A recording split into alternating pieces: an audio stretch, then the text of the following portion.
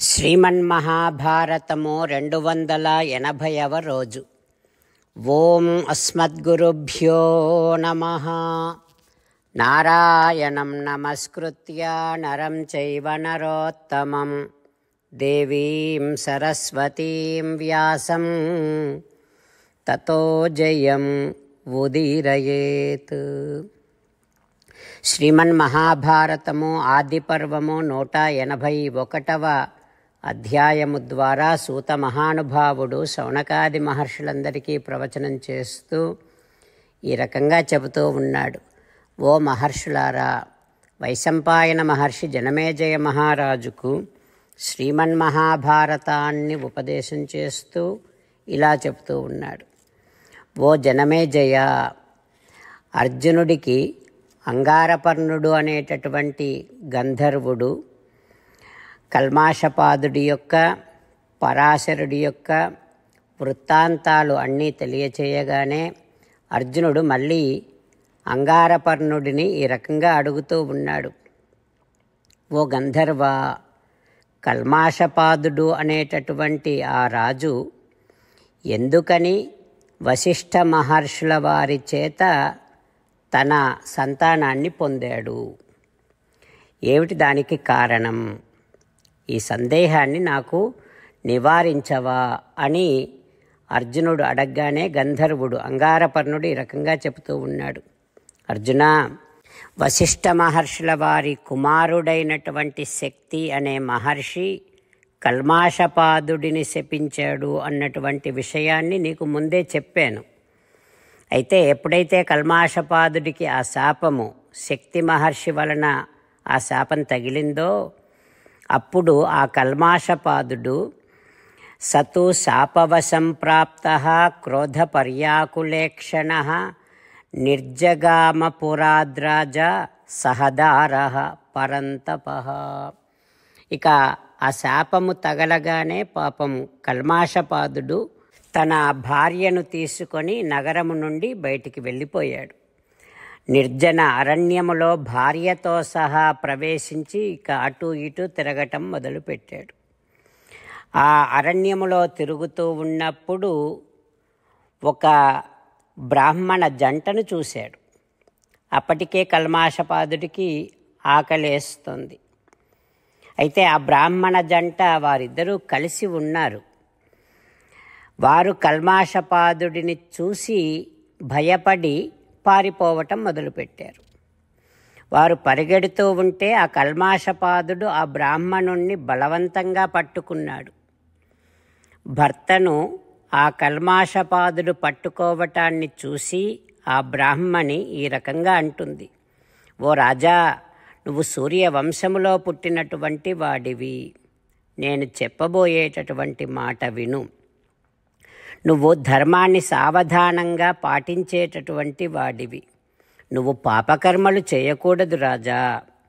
అయితే నాకు ఋతుకాలము సమీపించింది.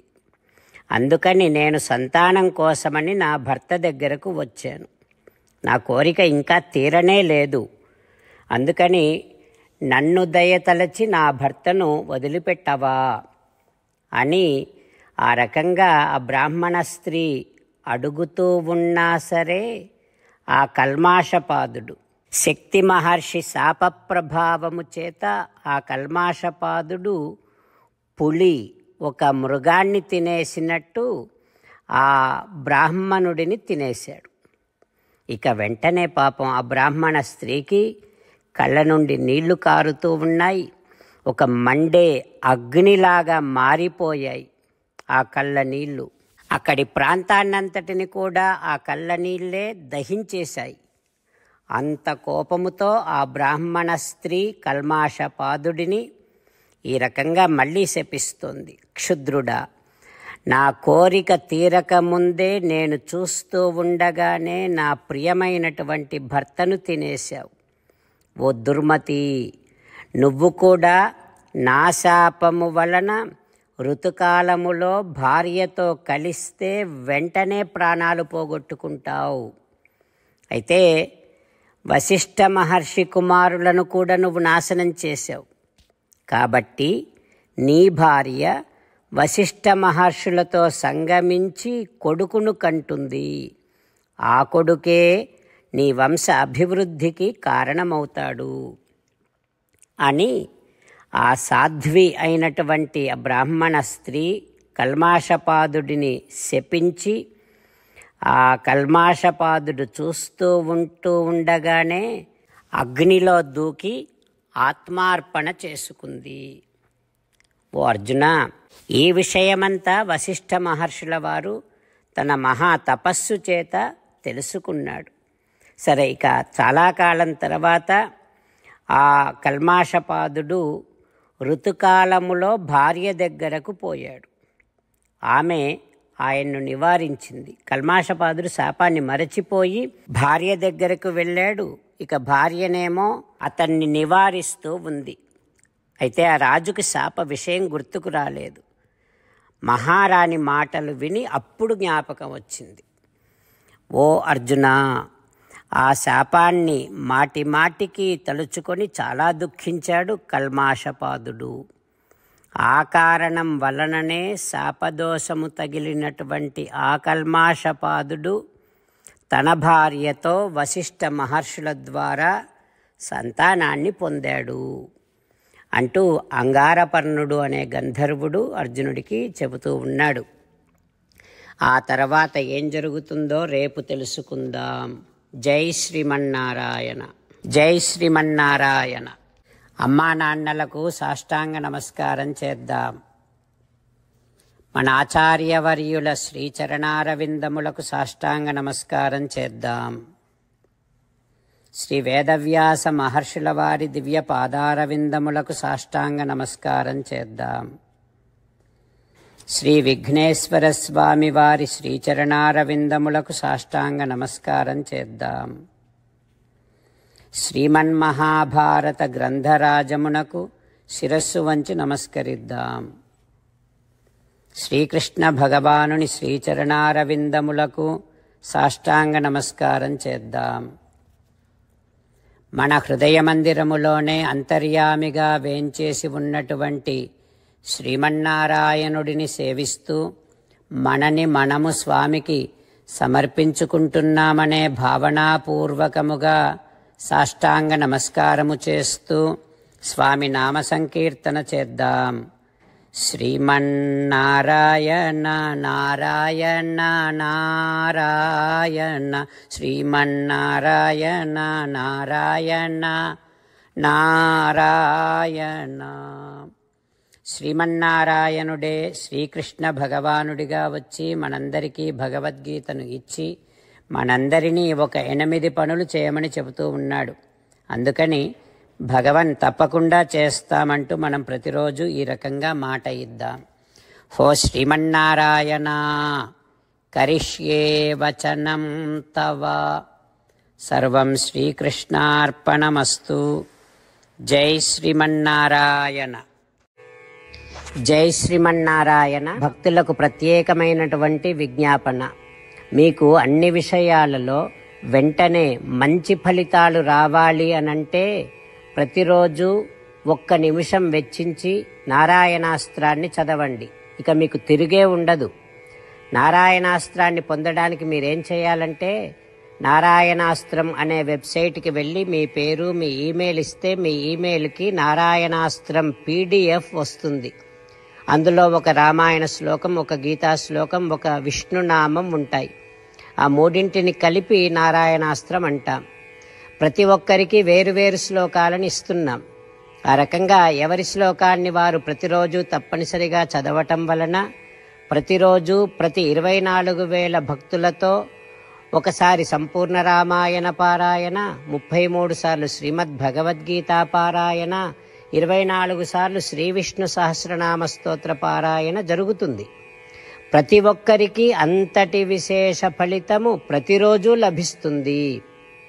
అందుకని మీరు, మీ కుటుంబ సభ్యులు అందరూ ఒక్కొక్కరు ఒక్కొక్క నారాయణాస్త్రాన్ని వెంటనే పొందండి. జై శ్రీమన్నారాయణ. శ్రీమద్ భగవద్గీత సారాంశముగా 18వ అధ్యాయములో 65 నుంచి 69 శ్లోకముల ద్వారా శ్రీకృష్ణ భగవానుడు మనందరినీ ఒక 8 పనులు చేయమని చెబుతూ పరమాత్మ ఈ రకంగా అంటూ ఉన్నాడు. ఎవరెవరైతే నేను చెప్పిన ఈ 8 పనులు చేస్తారో వారందరూ నాకు చాలా ఇష్టమైన వారవుతారు. అప్పుడు వారిని నేను సకల పాపముల నుండి సకల దుఃఖముల నుండి విముక్తులను చేసి నా అంతటి వారిగా చేసుకుంటా, తరగని ఆనందాన్ని అనుభవింపచేస్తా. నిజమే చెబుతున్నా, ప్రమాణము చేసి చెబుతున్నా అంటూ సాక్షాత్తుగా దేవదేవుడైన శ్రీమన్నారాయణుడైన శ్రీకృష్ణ భగవానుడే మనను ఈ 8 పనులు చేయమని చెబుతూ ఉన్నాడు కనుక, హో శ్రీమన్నారాయణ, కరిష్యే వచనం తవ, తప్పకుండా చేస్తా, నువ్వు చెప్పినట్టే చేస్తా అంటూ మనం ప్రతిరోజు దేవదేవుడైన శ్రీమన్నారాయణుడికి ఈ రకంగా మాట ఇద్దాం. హో శ్రీమన్నారాయణ, నువ్వు చెప్పినట్టే నేను నిన్నే సంతతము ధ్యానము చేస్తూ ఉంటా. హో శ్రీమన్నారాయణ, నువ్వు చెప్పినట్టే నేను నీ భక్తుడిగానే ఉంటా. హో శ్రీమన్నారాయణ, నువ్వు చెయ్యమన్నట్టే నేను నా విధులను కర్తవ్యాలను నీ సేవగా నీ తృప్తి కోసమనే సక్రమంగా నిర్వర్తిస్తూ ఉంటా. హో శ్రీమన్నారాయణ, నువ్వు చెప్పినట్టే నేను నీవాడిని అనే మహావిశ్వాసాన్ని సంతతము కలిగి ఉంటూ నా హృదయములో నీకే నమస్కరిస్తూ ఉంటా. హో శ్రీమన్నారాయణ, మామేకం శరణం వ్రజ, నన్నొక్కడిని మాత్రమే శరణు వేడుకో అని నువ్వే అన్నావు కనుక నేను నిన్ను ఒక్కడిని మాత్రమే శరణు వేడుకుంటా. హో శ్రీమన్నారాయణ, మా శుచః, ఇక దుఃఖించకు అని నువ్వే నాకు భరోసా ఇస్తూ ఉన్నావు కనుక నేను ఇక దుఃఖించను. హో శ్రీమన్నారాయణ, నువ్వు చెప్పినట్టే నువ్వు నా కోసమని చెప్పిన శ్రీమద్భగవద్గీతను ఎప్పుడో ఒక్కసారి కాకుండా ప్రతిరోజు కనీసం ఒక్క శ్లోకాన్నైనా అనుసంధానము చేస్తూ గీతోపదేశాన్ని జ్ఞాపకం చేసుకుంటూ ఉంటా. హో శ్రీమన్నారాయణ, నువ్వు చెప్పినట్టే నువ్వందరి కోసమని చెప్పిన శ్రీమద్భగవద్గీతను తెలియని భక్తులందరికీ తెలియచేసే నా వంతు ప్రయత్నాన్ని నిరంతరము కొనసాగిస్తూనే ఉంటా. హో శ్రీమన్నారాయణ, నేను నువ్వు చెప్పినట్టే చేస్తా, నీకు నచ్చినట్టే ప్రవర్తిస్తా, నీకోసమే పని చేస్తూ ఉంటా. కరిష్యే వచనం తవ. సర్వం శ్రీకృష్ణార్పణమస్తు. జై శ్రీమన్నారాయణ.